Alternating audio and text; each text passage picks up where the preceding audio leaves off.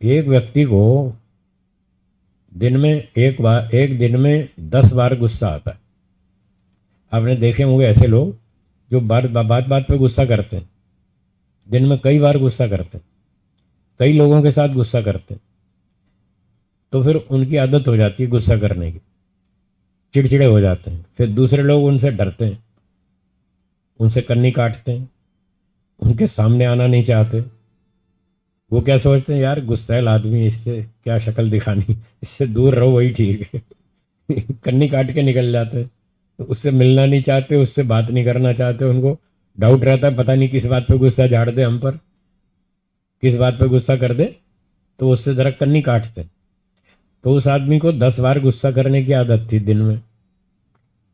उसने थोड़ा स्वाध्याय किया, थोड़ा चिंतन मनन किया, उपदेश सुना, तो उसको बताया गया भाई ये गुस्सा करना अच्छा नहीं है, इससे बहुत नुकसान होता है, आपका खून जलता है, आपका ब्लड प्रेशर बढ़ जाता है, फिर उससे एसिडिटी होती है, फिर उससे निर्णय क्षमता घट जाती है, बुद्धि कम हो जाती है, फिर आपको कई तरह के और शारीरिक रोग लग सकते हैं।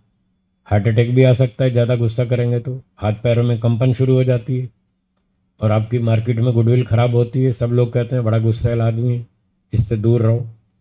तो मार्केट में प्रतिष्ठा बिगड़ती है और लोग पसंद नहीं करते, दूर भागते हैं। तो ये गुस्सा करना अच्छा नहीं। तो उसने थोड़ा चिंतन किया कि बात तो ठीक कह रहा है, इतना सारा नुकसान तो होता है। तो उसने संकल्प कर लिया, ठीक है अब मैं गुस्सा कम करूंगा। तो उसने खूब मेहनत की। जब गुस्सा आने की परिस्थिति सामने आती थी तो वो सावधान हो जाता था, गुस्सा नहीं करना। सुबह सुबह उठकर सबसे पहले संकल्प करें, चाहे कुछ भी हो जाए गुस्सा नहीं करूंगा। सबसे पहला संकल्प करें उठते ही, नींद खुलते ही, चाहे कुछ भी हो जाए गुस्सा नहीं करना। तो ऐसे उसने खूब मेहनत की, तो धीरे धीरे उसका गुस्सा कम हो गया। फिर वो सारे दिन में 2 बार गुस्सा करने लगा, 8 बार कम हो गया। ठीक है। फिर उसने और मेहनत की, फिर धीरे धीरे और घटाता गया। फिर सप्ताह में 2 बार गुस्सा करने लगा। फिर उसने और मेहनत की, फिर एक महीने में 2 बार, 15 दिन में 1 बार गुस्सा आता था। फिर बाकी 14 दिन शांति से चलता रहता था। फिर और मेहनत की, फिर 6 महीने में 1 बार गुस्सा आता था, बाकी दिन ठीक ठाक चला। बस एक दिन गुस्सा आ गया 6 महीने में। फिर उसने और मेहनत की, 1 वर्ष में 1 बार गुस्सा आया, 364 दिन ठीक ठाक निकल गए। एक दिन गुस्सा आया साल भर में। तो ये तनु अवस्था है, ये कमजोर होता जा रहा है गुस्सा। ठीक है। पहले दिन में 10 बार आता था, फिर 2 बार आता था, फिर हफ्ते में 2 बार आता था, फिर 2 महीने में 1 बार, फिर 6 महीने में 1 बार, फिर साल में 1 बार। तो ये कमजोर हो गया, इसको तनु कहते हैं। फिर उसने कहा भाई अभी भी गुस्सा आता है, ठीक नहीं है, इसको और ख़त्म करना चाहिए। उसने फिर और मेहनत की। फिर 5 साल तक गुस्सा नहीं आया। 5 वर्ष के बाद 1 बार गुस्सा आया। ये प्रसुप्त अवस्था है, चौथी। 5 साल तक गुस्सा सोता रहा, जागा नहीं। 5 साल तक दबा लिया अच्छी तरह, सो गया। इसको क्या बोलेंगे, प्रसुप्त अवस्था। पर सोया हुआ आदमी तो जाग जाता है, मरा हुआ जागता है क्या? मरा हुआ नहीं जागता। तो जब 5 साल बाद उसको 1 बार गुस्सा आ गया, तो उसको पता चला अभी गुस्सा मरा नहीं, अभी खत्म नहीं हुआ है, अभी फिर जाग गया ये तो। इसका मतलब अभी सो रहा था ये प्रसुप्त अवस्था है, चौथी। फिर उसने कहा इसको तो मार के छोड़ूंगा, मुझे मोक्ष में जाना है। जब तक ये राग द्वेष अविद्या काम क्रोध खत्म नहीं होंगे मेरा मोक्ष नहीं होगा, मुझे तो मोक्ष में जाना है। उसने और मेहनत की, तत्व ज्ञान प्राप्त किया, और तपस्या की, और साधना की, समाधि लगाई, ईश्वर साक्षात्कार किया, और फिर ईश्वर से ज्ञान, बल, आनंद, उत्साह, निर्भयता आदि गुणों की प्राप्ति हुई। उन गुणों की सहायता से उसने और रगड़ा लगाया गुस्से को, कि गुस्सा खत्म करना, बिल्कुल 1 बार भी उठना नहीं चाहिए। अब मेहनत करता रहा, समाधि लगाकर ईश्वर से विद्या ज्ञान प्राप्त करता रहा और गुस्से को रगड़ता रहा। और रगड़ते रगड़ते 20 वर्ष हो गए, गुस्सा नहीं आया। कितने? 20 वर्ष हो गए, गुस्सा नहीं आया। फिर उसने और मेहनत की और चलता रहा। 25 साल हो गए, 30 साल हो गए, गुस्सा नहीं आया। फिर उसने अपने आप को चेक किया, अब क्या गुस्सा आएगा? 30 साल तो हो गए, गुस्सा नहीं आया। अब क्या लगता है, क्या ऐसी परिस्थिति कोई आ जाएगी जब मुझे गुस्सा आ जाए? तो उसने खूब परीक्षण किया अपना और उसको लगा भाई अब तो गुस्सा नहीं आएगा। 30 वर्ष तो हो गए, आज तक गुस्सा नहीं आया 30 साल में। तो अब जाके उसको थोड़ा विश्वास हुआ कि अब शायद मर गया है, ये गुस्सा मर गया है, ये द्वेष जो है ये खत्म हो गया, जल गया, नष्ट हो गया, अब नहीं लगता कभी आएगा।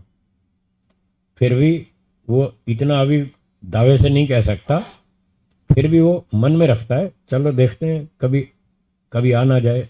वो ज़्यादा डिक्लेयर नहीं करता, पर अपने मन में अपना परीक्षण तो चालू रखता है कि मुझे गुस्सा आएगा नहीं आएगा, मैं उसको बिल्कुल आने नहीं दूंगा, पूरा मार के छोड़ूंगा। तो ऐसे 20 30 40 साल, कितने साल वो लगा रहता है, तपस्या करता रहता है। फिर जब उसको कभी भी गुस्सा नहीं आए, तब मानना चाहिए कि अब उसका वो द्वेष दग्ध बीज हो गया, तब मानना चाहिए, जब एक बार भी नहीं जागे। तो जो मैंने एक उदाहरण गुस्से का दिया, ऐसा ही राग का भी समझ लीजिए। कभी बेटे में राग होता है, कभी पोते में राग होता है, कभी संपत्ति में राग होता है, कभी कार में राग होता है, कभी बंगले में होता है, कभी किसी में होता है। पता नहीं हजारों लाखों चीज़ें हैं जिनमें राग होता है व्यक्ति को, किसी में कम होता है, किसी में ज़्यादा होता है।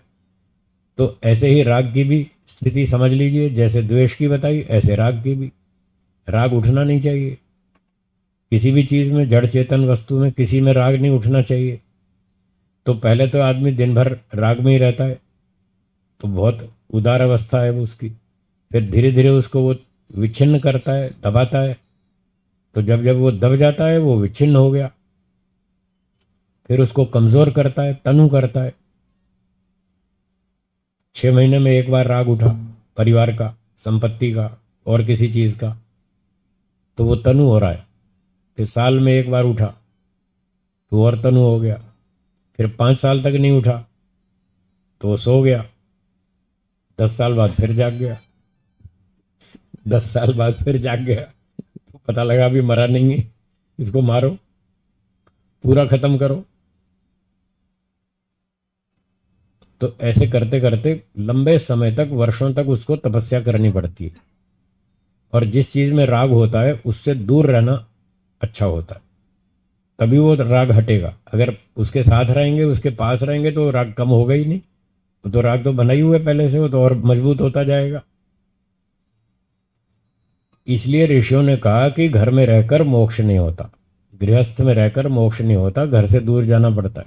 जंगल में जाओ, साधना करो, तपस्या करो, परिवार को छोड़ो, संपत्ति को छोड़ो, घर वालों से दूर रहो, घर की चर्चा ही मत करो, घर की बात ही मत करो, उससे दूर रहो। बात सुनते ही फिर राग जागेगा। कठिन काम, कोई बात नहीं, करेंगे। कठिन है तो क्या हुआ, करेंगे। पहले समझ तो ले, रास्ता समझ तो ले। अब जिसको रास्ते का ही पता नहीं वो क्या चलेगा। अगर रास्ता समझ में आ गया तो फिर थोड़ी हिम्मत करेगा, थोड़ा चलेगा। 5-10 मील इस जन्म में चलेगा, फिर अगले जन्म में चलेगा, 5-10 मील और आगे चलेगा, ऐसे धीरे धीरे आगे पहुंच जाएगा लक्ष्य पर। तो ये सब ऋषियों ने संविधान बता रखे हैं वेदों में। वेदों में ईश्वर ने बताए, ऋषियों ने अपने ग्रंथों में बताए। तो उनको हम बार बार पढ़ते हैं तो हमको समझ में आता है, फिर हम उसका पालन करते हैं, आचरण करते हैं, हमको रिजल्ट दिखता है। मुझे घर छोड़े हुए 41 वर्ष हो गए, 41 ईयर्स। आज तक घर नहीं गया, कभी घर नहीं जाता, कभी चिट्ठी नहीं लिखता घर में, कभी फ़ोन नहीं करता, कभी पूछता नहीं घर में क्या हो रहा है, भाई भतीजे ठीक ठाक हैं, पढ़ रहे हैं, खा रहे हैं, पी रहे हैं, जी रहे हैं, कुछ नहीं, बात ही नहीं करता। ऐसे इन राग द्वेष को समाप्त किया जाता है, बहुत तपस्या करनी पड़ती। ठीक है जी, नहीं बताता।